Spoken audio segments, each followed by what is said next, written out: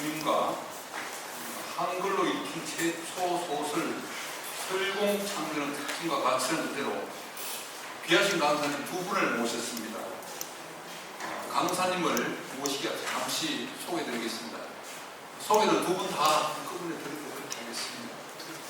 먼저 박중림 선생에 대해 강의를 해주실 박원경 한국사세회 회장님이십니다. 회장님께서는 경북대학교 문헌정보학과를 졸업하시고 중앙대학교 신문방송학과에서 석사, 경대학교 법학과에서 박사학위를 받으셨습니다. 한국저작권연구소 소장, 경원대 법대 겸임교수, 홍익대 광고홍보대 학원 겸임교수 등을 역임하셨으며 현재는 한국사서협회 명예회장, 한국저작권연구소 소장, 메타버스 국제연구원 원장 등으로 많은 활동을 하고 계십니다.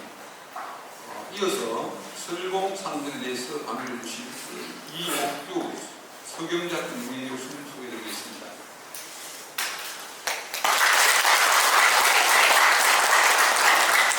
국문학, 한국 문화를 연구하는 사람, 국제문학회 온지학회 회장,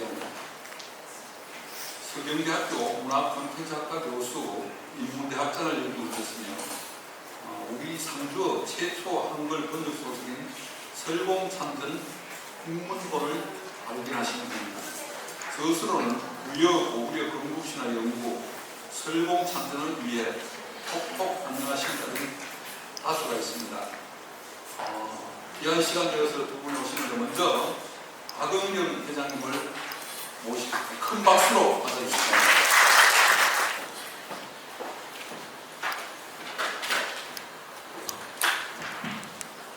네, 방금 소개받은 박원경입니다.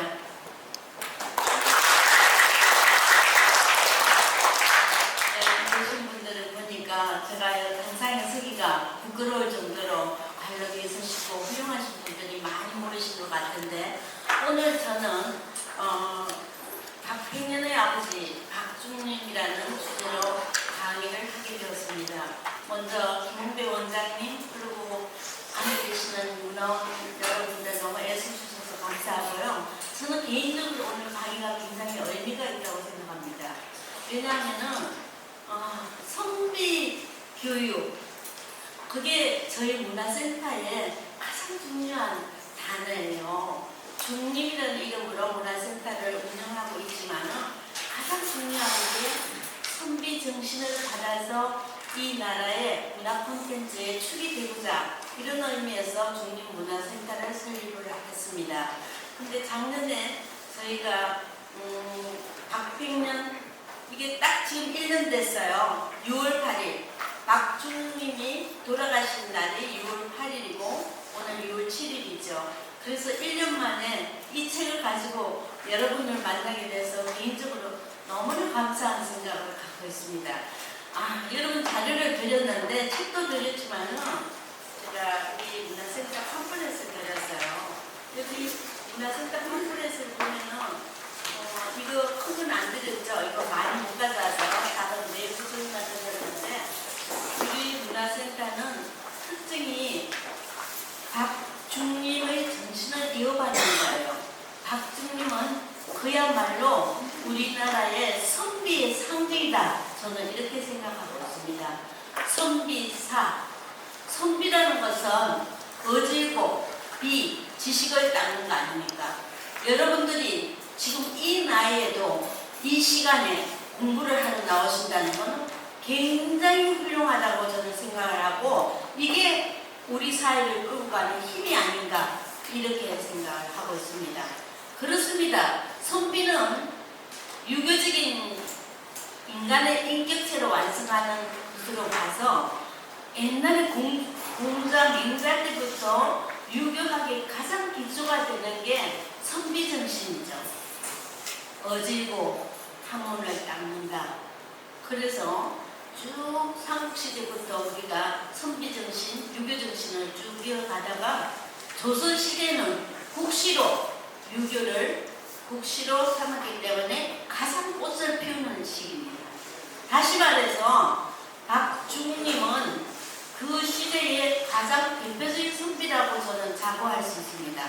왜냐하면 선비는 크게 두 가지.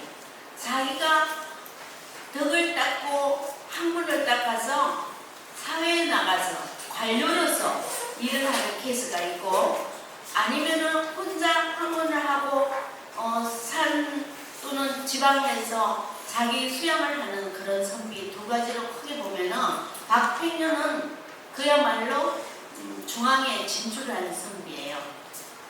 세종대왕 때 가장 중요한 그 조선이 활기를 띨 때 박팽년이는 세종 옆에서 일을 하신 분입니다. 다시 말해서 박팽년 선비는 중앙 진출을 하되 임금 바로 밑에 영의정까지 할 수 있는 거예요. 그래서 박팽년은 그 가장 관료 중에서 중요한 게 세 가지인데, 경련, 언관, 그 다음에 사관, 이렇게 선비들이 진출해서 중앙 정치에서 덕을 닦고 나라에 힘을 보태는 그런 역할을 하는 그런 6.1 조선시대 시스템인데, 박팽년 아버지 박주님은 그야말로 세종 옆에서 언관을 하신 분입니다. 언관은 경련하고 달리 경련은 왕을 가리키는 사람이에요. 서연은 세자를 가리키는 사람이에요. 언관은 세종 옆에서 모든 정치를 토론하고 수기 민주주의하는 재언을 하는 사람이에요. 그 다음에 사관은 기록을 하는 사람들이죠. 왕이 무엇을 하는지 따라다니면서 다 기록을 해요. 왕이 뗄 수가 없을 만큼 그 기록이 발달하는 것입니다. 그래서 우리나라가 가장 중요한 유산이 왕이 한 거를 다 기록되어 있는 그런 나라는 전 세계에 없어요. 세종실록이 그만큼 세계적인 보물이 되는 거는 그 시대 시스템이 선비들을 진출을 해서 그 세 가지 직함을 맡았다는 것입니다.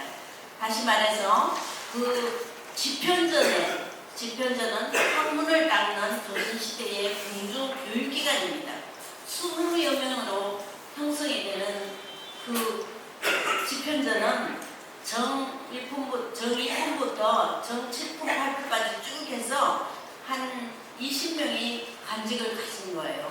거기서 나와서 학문을 닦고 연구를 하고 기록할 수 있는 것을 배우고 왕을 가르치고 세자를 가르치고 그런 집현전 문화가 발달해서 거기에서 뭐가 나왔냐? 한글이 나온 것입니다. 다시 말해서 우리나라의 소중한 한글이나 유산은 어디서 나왔다? 이 선비 문화에서 다 나왔다고 생각을 하고 있습니다. 그래서 저는 이 과정이 어쩌면 이렇게 선비 과정을 만들어서 이런 교실을 형성했는가 저도 깜짝 놀랐습니다. 그래서 저는 굉장히 기쁜 마음으로 여기로 왔었어요. 그런데 제가 오늘 여러분들한테 책을 나눠드리기 전에 프린트물 3개를 드렸죠. 저게 문화센터의 어떤 책이 되는 시스템을 명시한 거예요. 제가 중립문화센터의 대표로서 약간만 얘기하고 그 다음 1시간 정도는 저랑 같이 집필한 박팽년 아버지 박주님 책을 설명하고 교수님이 설명하고 나머지 한 30분은 이분이 설공찬등 상주에 찾아내서 지금 굉장히 많은 화제가 되고 있습니다. 교과서에도 홍길성전이 아니고 설공찬전이다 이렇게 나와있지 않습니까? 그래서 저는 30분 정도의 우리 중립문화센터에서 나눠드린 자료를 보면서 간략하게 설명드리고 그 다음에 이복규 교수님이 책에 대한 설명하고 나머지는 설공찬전에 대해서 설명을 드리겠습니다. 먼저 드린 유인물 맨 위에 중림이라고 써있죠? 자, 사륙신 박팽년 아버지 이름은 문민공 박중림 이렇게 되어 있습니다. 세종 때 집현전 수참벼슬을 한 박중림은 세종의 언관이었다 이렇게 되어 있죠. 수참벼슬은 집현전에 한 14가지 등급이 있어요. 거기서 수차는 정6품 정도 되고 박팽년 그 일가들이 거기서 일을 많이 한 걸로 제가 알고 있습니다. 그 다음에 박중림은 세종은 언간이다. 아까 제가 선비가 나와서 세 가지 견연, 그 다음에 언간, 사관 이렇게 한다 그랬죠. 언간은 주로 대통령 옆에서 토론을 하고 잘못된 걸 지적을 하고 그렇게 하는 열린 그런 정치를 담당할 수 있는 선비입니다. 당시 언간은 왕과 함께 토론과 회의를 통해 정책을 결정하게 도왔던 관료이다. 이렇게 돼 있죠. 그 다음에 박중림은 문종의 스승이며 아들 박평년과 사립신 성사문이 스승으로 모셨다. 그렇습니다. 문종이 세자 때 박평년이 스승, 그거는 서연이라고 그래요. 왕을 가리키는 경년이고 그 문종의 스승이고 문종은 한 2년간 왕을 하다가 너무 빨리 돌아가셨죠. 그래서 비극이 시작됐는데 문종을 비롯한 제자들에게 굉장히 존경을 받는 인물이다. 그러므로 박중림은 그야말로 사도 정신의 표상이다 이렇게 봅니다. 세종이 죽고 난 뒤에 단독 포기 운동으로 사륙신 가족이 모두 죽음을 당할 때 박빙년 형제들이 아버지 중림에게 가문의 배가 끊어질까 두려워 충성하시면 불효가 됩니다 하자 웃으면서 말했습니다. 충성하지 않는데 그게 불효다. 그렇습니다. 공자 민가의 논리를 쭉 살펴보면은 인을 위해서는 목숨을 끊어도 좋다 이런 구절이 많이 나오죠. 그만큼 의리를 중요시하기 때문에 그 선비 정신, 유교 정신을 그대로 이어서 박중림이 행동했다고 그렇게 보고 있습니다. 그리고 모든 재산을 하인에게 공평하게 다 나눠준 그의 간대한 마음은 하인의 도움으로 박평년의 후손이 지금까지 길을 이어가게 하고 있습니다. 하인이 자기가 낳은 딸을 박평년 손자와 바꾸치게 하여 박평년 후손이 남을 수 있었습니다. 아이는 누가 봐도 박중림, 박평년의 후손임을 세상에 드러나게 되었죠. 그 당시 세조의 그런 폭행 뒤에 성종 때 드디어 왕은 그를 후손들을 사륙시는 후손으로 온 나라에 알리고 복원을 해서 순천 묘골박씨는 유일한 사륙신 박평년 후손이다. 제가 박원경입니다. 제가 사륙신 후손이고 순천 묘골박씨예요. 그래서 육신사에 가서 참배도 하고 그러면은 그 6명의 사당도 모시면 한쪽에 보면은 큰 비가 있어요. 그게 박선생비 이렇게 써 있어요.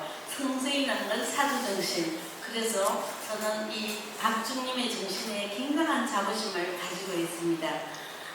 저는 대구 경북대학을 나왔어요. 도서관학과 나왔고 그게 이제 지금은 문헌정보학과 이름을 바꿨는데 제가 도서부터 79년에 미국 유학 갈 때 컴퓨터 사이언스 했는데 모든 게 이 인포메이션, 정보학이라는 이름 속에서 제가 활동을 하지만 그 근간이 된 거는 저희 부친이 대구매일, 영남일보, 논술위원 이런 걸 쭉 하셔가지고 언제나 박중림 같은 조상의 열기를 느낄 수 있었어요. 그래서 저는 박중림 정신을 이어받아야지 이런 생각을 많이 했는데 정말 그게 이루어지는지 저희 아버지가 작년 6월 10일 날 돌아가셨어요. 그래서 제가 박평년 이 책을 6월 8일 날 내서 돌아가시기 바로 직전에 책을 드렸습니다. 그래서 제가 이렇게 하는 일이 저희 부친 다시 말해서 저희 박씨들의 어떤 정신을 조금이라도 잊고 싶어서 저는 호를 중림이라 쓰고 선조 정신을 받아서 문화센터를 운영하고 있습니다. 문화 콘텐츠가 모든 경제와 문화의 축이 되는 세상이 되어버렸죠. 이를 위해서 우리는 강력한 후원처가 필요합니다. 글 쓰시고 여기도 시 쓰시는 분이 있고 그림 그리는 분도 있고 문화활동을 하지만은 거기 나오는 수익이 너무 작지 않습니까? 그래서 중림문화센터는 이런 일반 문화센터와 다르게 문화예술 창작인 인문학들이 모여서 여러 가지 행사를 하는 데 지원을 하고 특히 100명 이상 되는 교수님들을 100세까지 잘 여기서 발휘할 수 있도록 지원을 하고 있습니다.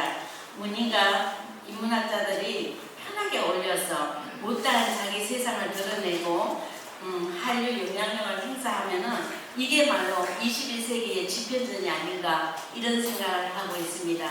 여러분 제가 저기 박빙의 후손이라서 제 사랑을 너무 하는 것 같아서 여러분들한테 굉장히 쑥스러운데 가장 중요한 거는 저는 선비정신이 우리나라를 끌고 갈 수 있다 이렇게 생각하고 있습니다.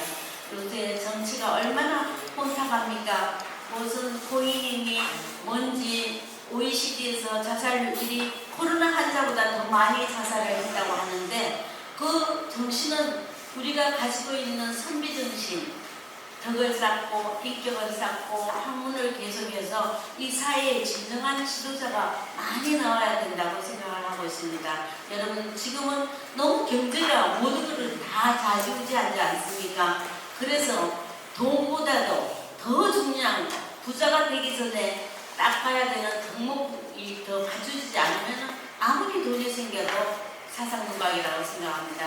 여러분 모임에서 자리를 제공해 주셔서 너무 감사드립니다. 감사합니다.